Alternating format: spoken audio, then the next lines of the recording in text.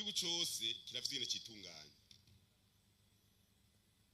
ingingo zifatwa kugira ngo igihugu gitorera umuti ibibazo biba bihari. Igihugu cy'u Rwanda ni igihugu kibanyi kandi kizokwama ari igihugu kibanyi cy'u Burundi imyaka myinshi n'imyaka zazo tukiri ku isi. Mugabo uko umuntu agenda araba ajya no hino. Itariki 14 babwiye twari mu gihugu cya Tanzania aho Kigoma. Bajya abana bose mwabonye mbere haje bake kubera abana bo muri komine Kibago, abana bo muri komine Kayogoro ntibashoboye kuza kuko nabo tuzobagendera ejo. Twagiye guhimbaza imyaka 20 tumaze umupaka w'u Rwanda n'u Burundi umeze neza.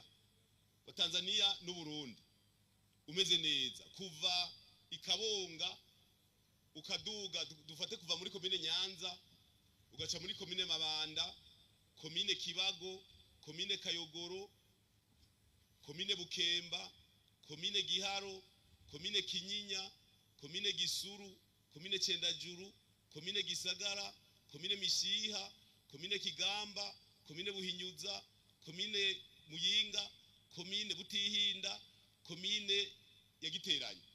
Hose atekanye ibirometero birenga amajanani. Ata muntu numwe ahungabanya Burundi aciye kuri umupaka. Imyaka 20. Ico gikorwa twagitanguje mu 2004 igenerwa amatari y'intara y'Amakamba muri Tanzania hatwara umukoloneli yitwa Elimoni Mahawa nawe nyene yari yashitse ngaha. Murumva yuko mu myaka 20 umupaka ubutekanye. Mugabo murazi yuko uko twagiye turagenda u Rwanda twabanye neza. Mugaragera igihe u Rwanda nyene mu 2015 rurafasha aho gutsimagaza ubutegetsi. Bace bahungirayo kandi arabasoda. Mu bisanzwe nta musoda azabuka umupaka baca bamuboha.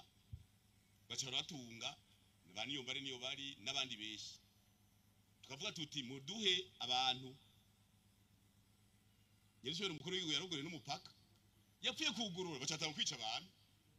Ega uzibira kubera habari ingorane. Rero uko bimeze nibaza yuko atangorane ziriho. Tubane tuvugana. Ujya turavugana. Tuvuga tuti ikizana igihindura ikipanga karere. Mugabe itarahera ntidupapa. Hoya tugenda bukebuke. Umunsi byaheze uzobona huguruye. Mugabe itarahera tugenda bukebuke. U Rwanda nayivuze abanyarwanda n'abarundi nta ngorane.